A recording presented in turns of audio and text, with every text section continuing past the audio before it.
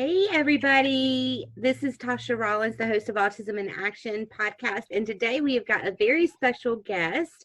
We have got Miss Becky Large with the Champion Autism Network. Thank you so much for joining us today, Becky. Thank you, and thanks for calling me special. That's lovely. Thanks. I think all of the people that we interview are very awesome and special, and just for taking the time to do this and share all of your information and your services with our listeners. So, without further delay, if you would just start to share with us a little bit about how the Champion Autism Network came to be. So we relocated to Surfside Beach, South Carolina in the spring of 2012, and my oldest is on the spectrum. And we had come from South Jersey, where there was, a number of services. And then we got to this new place, and it just didn't seem like that there was anything really here.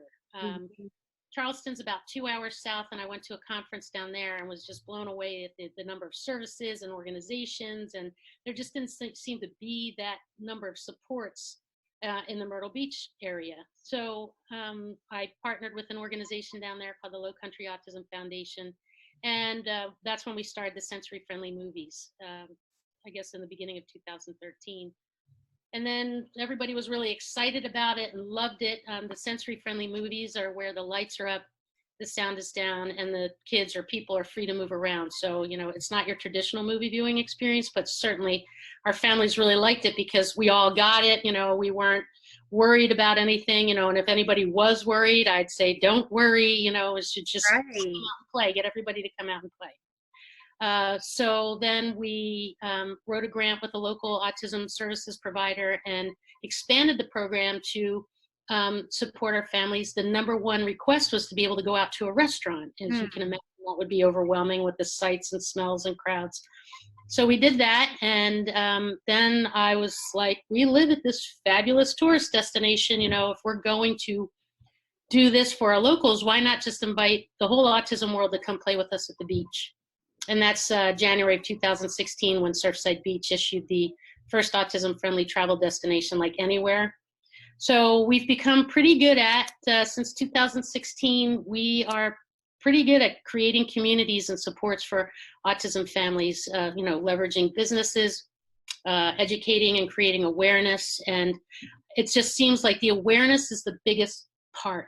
People feel like when they come here, whether locals or tourists, especially at our, the businesses that are either participating or trained and certified, they don't have to explain a lot. There's not a lot of chatter going on in the back of their head about, oh my goodness, what's going to happen now? Right. Everybody there gets it. And so that's one less thing to think about. So it's been fun, and it's grown tremendously, and we're set to branch out to some new markets nationally in January.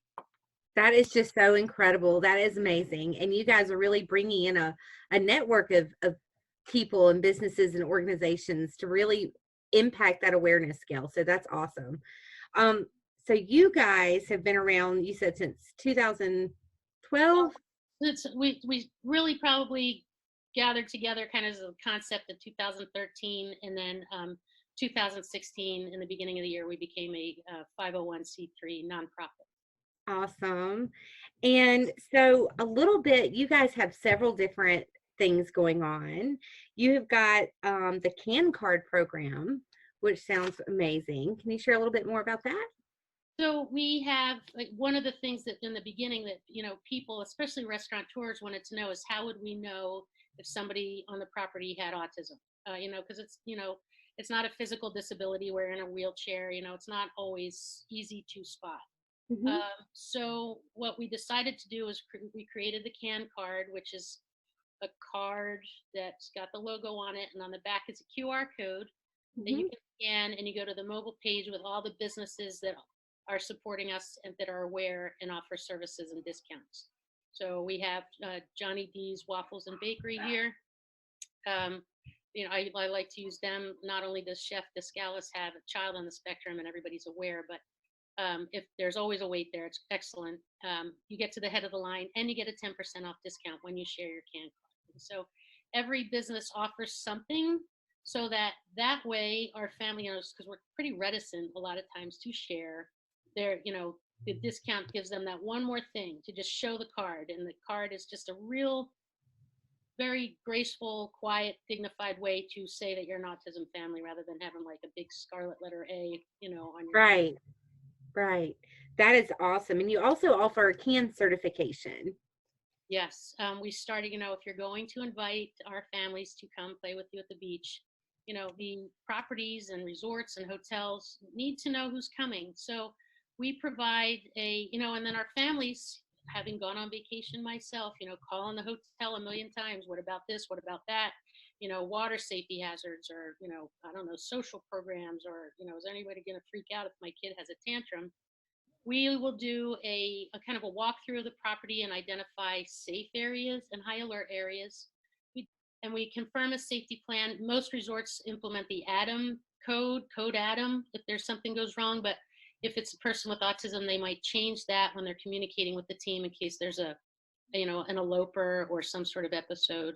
And, we look at the rooms and then we kind of talk with management about different considerations, maybe curbside check-in after a long drive or a flight, or, kind of things to minimize, wait times, anxieties, and all that kind of type stuff. And then we deliver a training program, autism awareness, to the employees, which takes about an hour and a half. We developed that with South Carolina Interventionists. They're an ABA services provider here. Mm-hmm. And it's engaging, and it's a fun way to deliver that. And it's really eye-opening because a lot of people are afraid of autism, but really there's not a lot to be afraid of, just being more aware. And then we always just say lead with love, because it's not rocket science. It's just being kind, really, and non-judgmental. Being sensitive and being non-judgmental. Absolutely. You guys have two very awesome hashtags that you guys like to promote. What are those?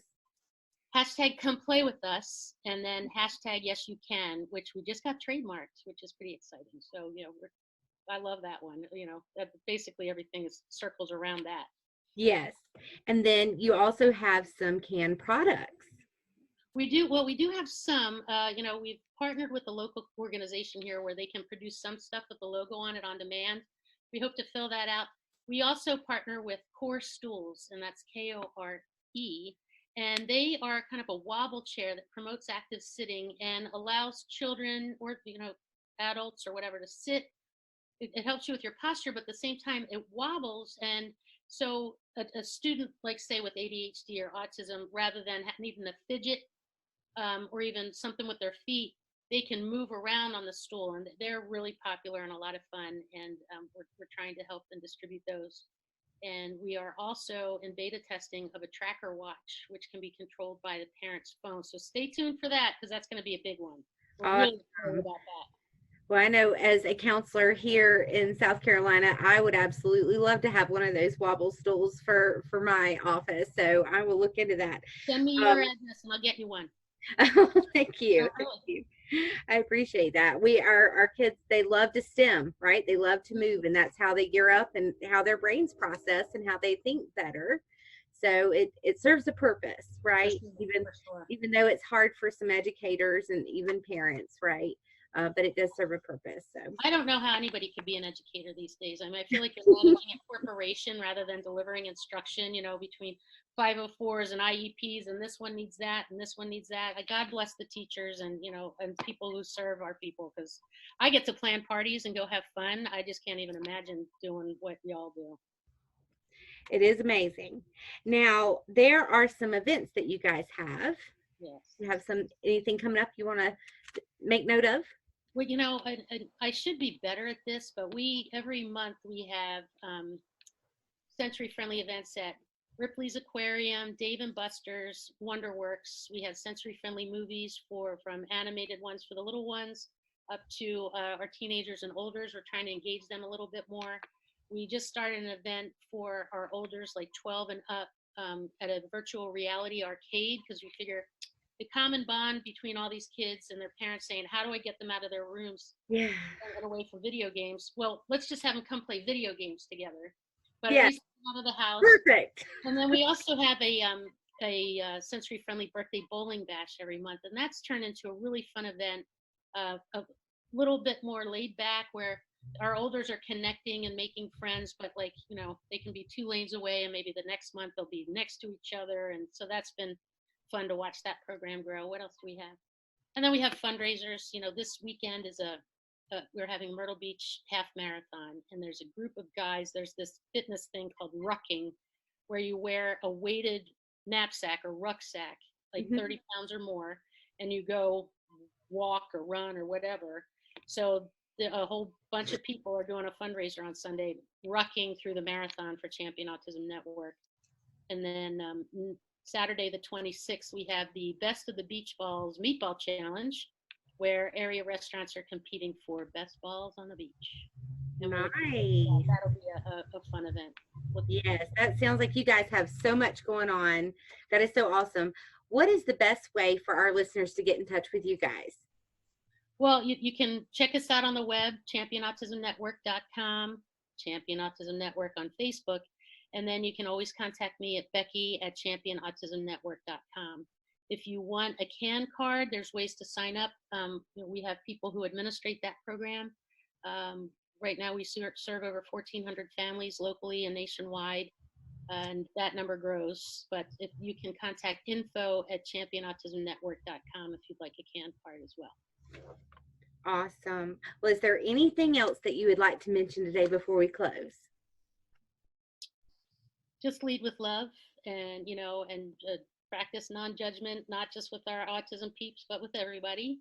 And if there's any way it can be service to you, that would be great. Oh, I did want to mention our radio program. So we started a radio program called Yes You Can Talk, and it's streamed online, and you can go to championautismnetwork.com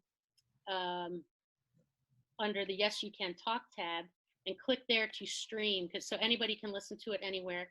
Right now it's from 8 to 9 a.m. on Saturday mornings, and we talk about all kinds of different topics. Last week we had a Canadian travel writer and her niece who has triplets on the spectrum, and just talk about travel and what we're doing here, differences in Canada. We've had a woman with high functioning autism who specializes in talking about sex and that kind of type stuff. And we have authors and all kinds of stuff. It's really interesting and supportive for people with autism. It's kind of like a support group, but you don't have to leave your bed.